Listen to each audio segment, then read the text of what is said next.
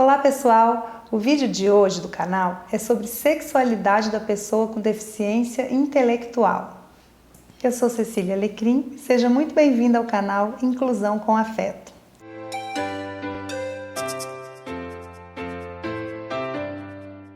Eu pensei em falar sobre sexualidade da pessoa com deficiência intelectual com vocês, porque via de regra, as pessoas têm muita dificuldade de falar sobre esse assunto. Os pais, os educadores, na hora de abordar o tema, ficam assim um pouco sem saber o que fazer. Então, para falar sobre isso, eu vou começar falando de sexualidade de um modo geral. Não vou falar especificamente da deficiência intelectual agora. O que é sexualidade? Sexualidade é um tema muito amplo, assim, tem várias definições, várias conceituações a respeito.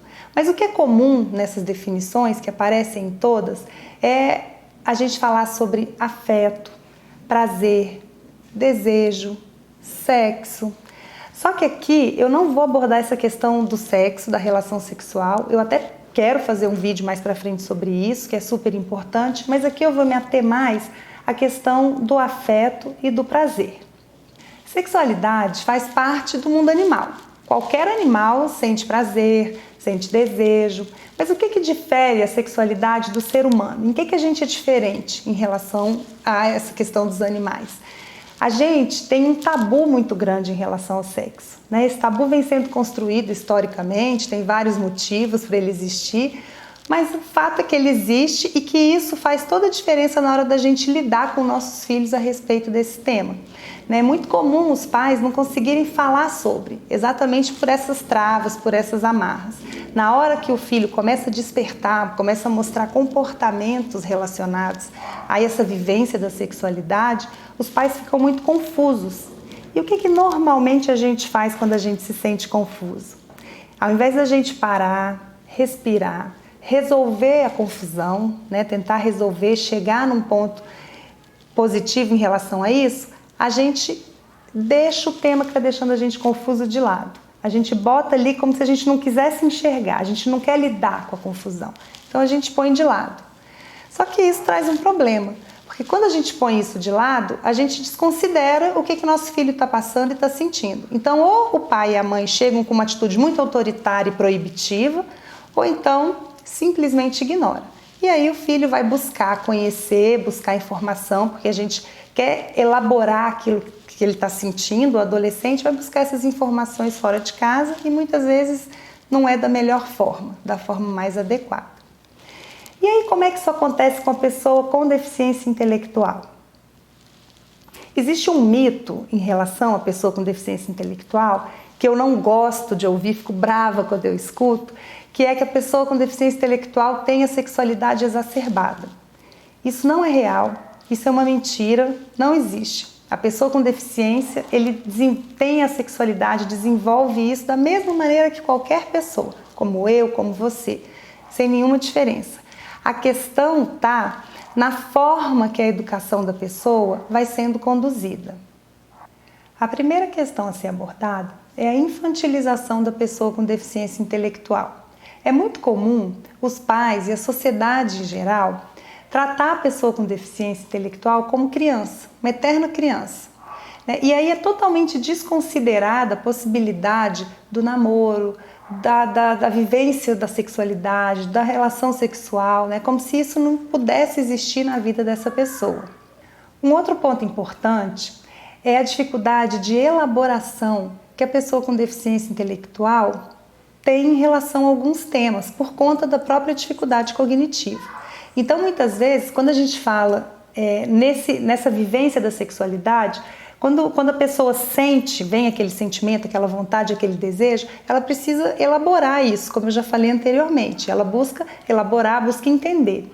E a pessoa com deficiência, ela vai ter dificuldade de fazer essas elaborações. Então, ela precisa muito do outro, que a outra pessoa, no caso um pai, um professor, alguém venha explicar para ela o que ela está sentindo e também explicar a necessidade de usar freios sociais, que ela possa entender que ela não pode agir de acordo com o desejo que ela está tendo ali, com a vontade que ela está tendo. Então, se a gente pensar dessa pessoa que é infantilizada, onde os pais muitas vezes não enxergam que existe ali uma possibilidade de desenvolvimento da sexualidade e que então não se dispõe a explicar, a conversar sobre, fica muito difícil. E aí, muitas vezes, esses comportamentos inadaptados vão acontecer, vão chegar, né? Então, tanto em relação aos outros, né, o menino, a menina vê uma outra pessoa que acha bonita, interessante, sente desejo, vai lá, abraça e faz, e até em relação ao próprio corpo. Muitas vezes a pessoa percebe que sente prazer se tocando e aí tem vontade de se tocar e se toca, né? Se masturba na frente de outras pessoas.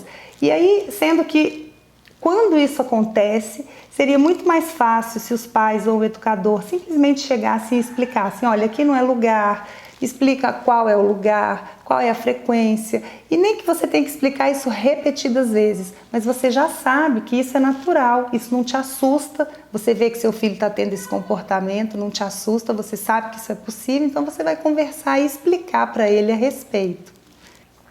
O último ponto importante é relacionado à questão do prazer.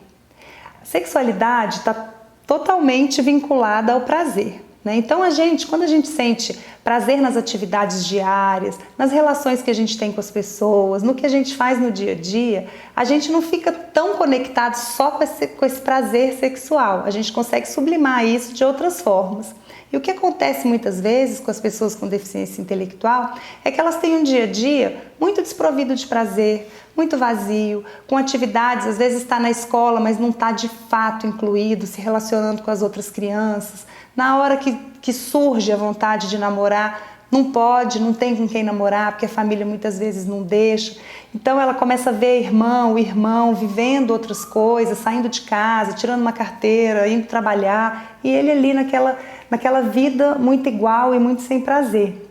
E isso faz muitas vezes que essa pessoa fique muito voltada para si, para o prazer que o corpo dela proporciona, né? Então, assim, buscar atividades prazerosas no dia a dia, preencher a rotina da pessoa com coisas produtivas, com alegria, isso também é muito importante para que ela desenvolva uma sexualidade saudável.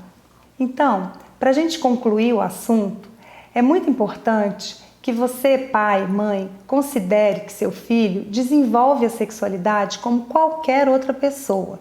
Ele possui desejos, possui vontade, sente prazer, como você, como eu, como qualquer pessoa, e isso é ótimo, isso é sinal de saúde, é sinal que ela está se desenvolvendo com saúde. Então é muito importante que você entenda isso, considere isso e dialogue.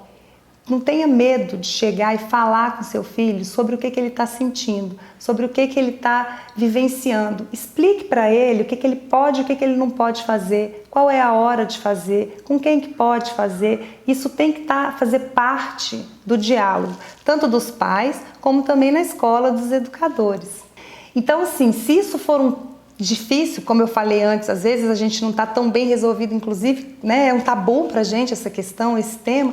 Então é bacana você buscar apoio mesmo, buscar apoio profissional, buscar um psicólogo, conversar com alguém que consiga ajudar você a se aproximar mais do seu filho, porque ele precisa disso, ele precisa aprender a se relacionar com as pessoas, aprender a viver esses desejos, tudo isso que chega de uma forma saudável.